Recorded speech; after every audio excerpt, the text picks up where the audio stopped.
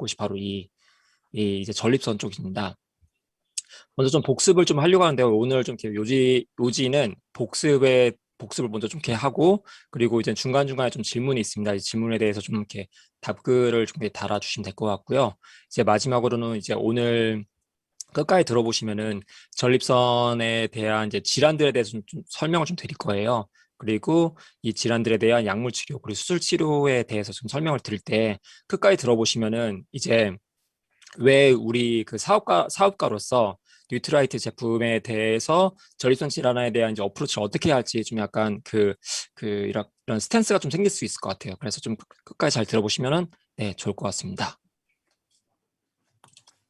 네, 전립선의 정의는 네, 방광 바로 밑에 있는 남성의 생식기 분비 기관이죠. 위치는 치골 뒤에 방광 아래에 있습니다. 그리고 항문과 직장 바로 앞에 있습니다. 전립선의 역할은 약알칼리성의 유백색 액체를 저장하고 분비를 하는 곳입니다. 그리고 이 액체는 정제와 정낭의 분비액과 함께 정액의 50에서 75%를 구성을 하고 있습니다. 전립선 질환으로서 이제 먼저 전립선염에 대해서 말씀을 좀 드리자면, 전립선염은 이제 원인을 할 수 없는 감염에 의해서 전립선 또는 주위 조직 염증이 발생한다는 겁니다. 그리고 성인 남성의 50%가 평생 동안 한 번쯤 전립선염의 이제 증상을 경험할 수 있기 때문에 네, 굉장히 네, 남성들을 좀 약간 애틋하게 좀 생각을 해주셔야겠죠. 그러면 이제 질문 한번 드리겠습니다. 어떤 물을 마신 사람이 전립선 질환이 발생될 수 있을까요? 네, 정답을 아시는 분은 네, 채팅창에 좀 넣어주시면 되겠습니다. 네, 바로 산성수이죠. 네, 산성수 맞습니다. 아이고, 이걸 슬라이드 쇼를 안 했네요. 네. 그죠. 원인으로는 이제 육식, 지방, 탄수화물, 과다 섭취 이런 것들이 있고, 인스턴트 식품, 첨가제 이런 것들 다 들어가겠죠. 자, 그리고 두 번째 질문입니다. 염색약 안에 있는 성분으로서 전립선 비대증, 염증, 그리고 암을 유발한 요인이 되는 물질은 무엇일까요? 네.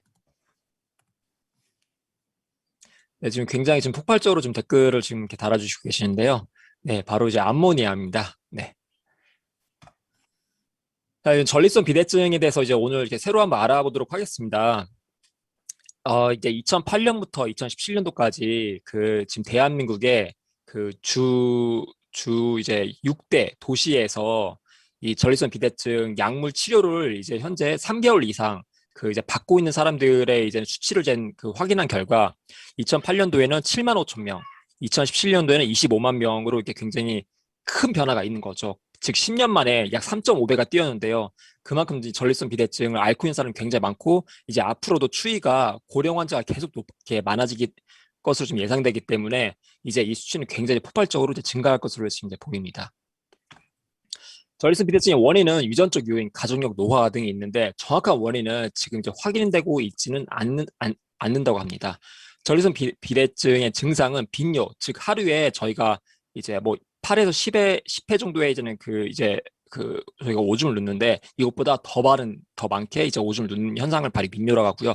야간 요는 다 아시겠지만 이제 밤중에 좀 깨서 이제는 오줌을 누는 겁니다. 잔뇨감은 오줌을 눕고 나서도 약간 지금 오줌이 이렇게 남아있는 그 현상인데요. 이 잔뇨감 자체로 통해서 방광 내 안에 이제 오줌이 들어있기 때문에 이 오줌 안에서 세균이 성장하게 됩니다. 세균이 성장하게 되면 요로 감염이 발생할 수 있기 때문에 이런 합병증이 좀 약간 위험한 거고요. 그리고 절방뇨는 갑작스럽게 이제 오줌을 눕고 싶다는 이제 그런 이제 충동 현상이 생기는 게 바로 절방뇨입니다.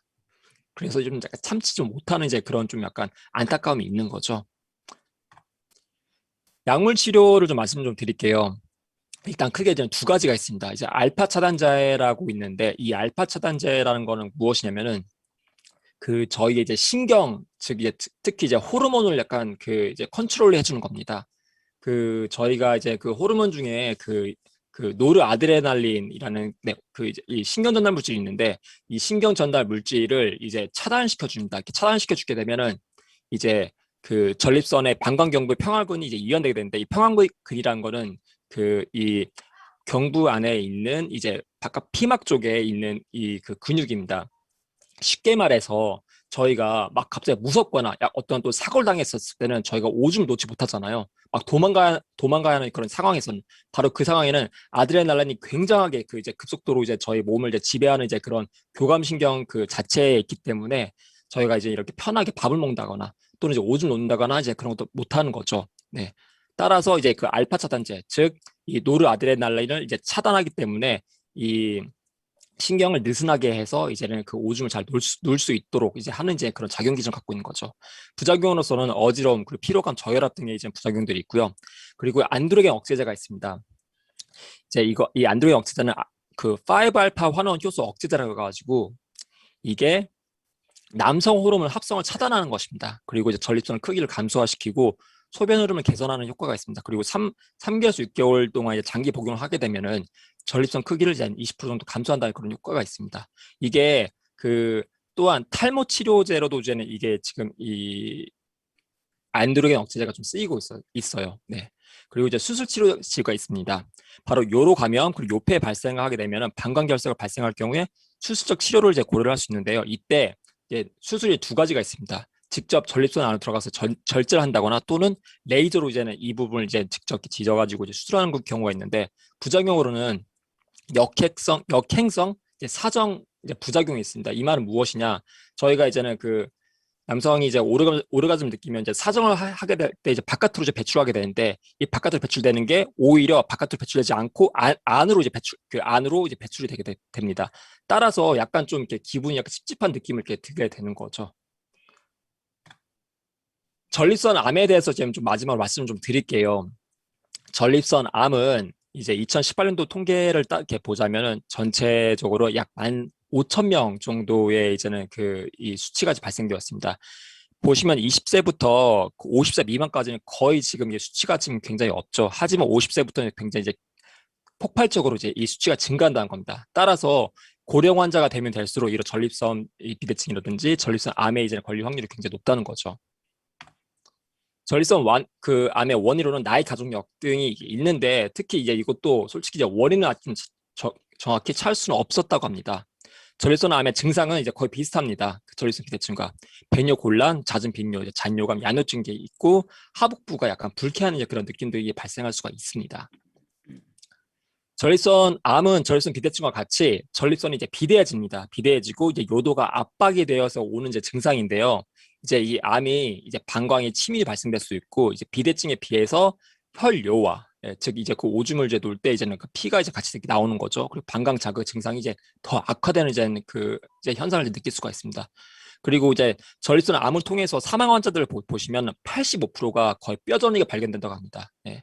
그리고 전립선 암 환자 중에서 뒷목이 뻐근한다거나 또는 골반 부위가 약간 욱신욱신거리나 그 느낌이 있으신 분들은 이 뼈저리가 이제 이제 일어날 수 있기 때문에 네, 정기적인 검진이 필요하고요. 그래서 전립선 암을 이제 치료하는 이제 방법도 좀 여러 가지가 있습니다. 그 중에 먼저 호르몬 치료가 있는데요. 이 호르몬 치료는 여성 호르몬을 투여하거나 또는 항남성 호르몬, 즉 남성 호르몬을 억제시키는 이제 그런 호르몬을 투여하게 됩니다. 이 치료는 하루에 수차례가 가능하고요. 또는 한 달에 한 번씩 이제 피하 주사를 이제 넣을 수가 있습니다. 일단 호르몬 치료전 장점이 굉장히 효과가 뛰어납니다. 하지만 단점이 좀 여러 가지가 있는데요. 체지방이 증가하거나 심혈관 건강이 좀 안 좋아진다거나 근육량 감소가 되고 뼈가 건강이 좀 안 좋아지고 열감, 홍조, 우울증 등 여러 가지 부작용이 있는데 바로 이 증상은 좀 여러분들 아시다시피 여성의 갱년기 증상과 거의 비슷합니다. 네.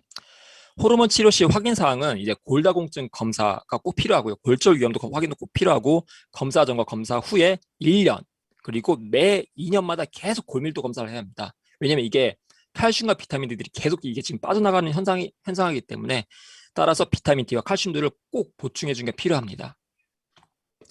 그리고 이제 마지막 페이지입니다. 네, 전립선을 이제 암을 이제 수술을 할 수가 있는데요. 이때는 국소, 즉 이제 약간 부분적인 좀 약간 그 특정적인 부분만 이 전립선 암이 이제 일어날 경우에 그때는 전립선을 이제 제거를 할 때 이제 완치를 이제 기대를 할 수가 있고요. 근데 이제 이 전립선 암의 수술 단점은 부작용이 굉장히 지금 보시다시피 많습니다. 뭐 출혈이 일어난다거나 직장 손상, 요관 손상, 신부정맥 혈전 등이 일어날 수가 있습니다. 그리고 방사선소 치료를 이렇게 할 수가 있는데 이 방사선 치료는 입원이 솔직히 필요가 없고요. 이제 급성 부작용이 걱정이 전혀 없습니다. 하지만 단점은 이제 치료 기간이 굉장히 깁니다. 7에서 8주 정도 이렇게 해야 하고 건강보험이 이제 적용이 안 되기 때문에 돈 많으신 분들만 이런 방사선 치료를 할 수 있다는 거죠. 네.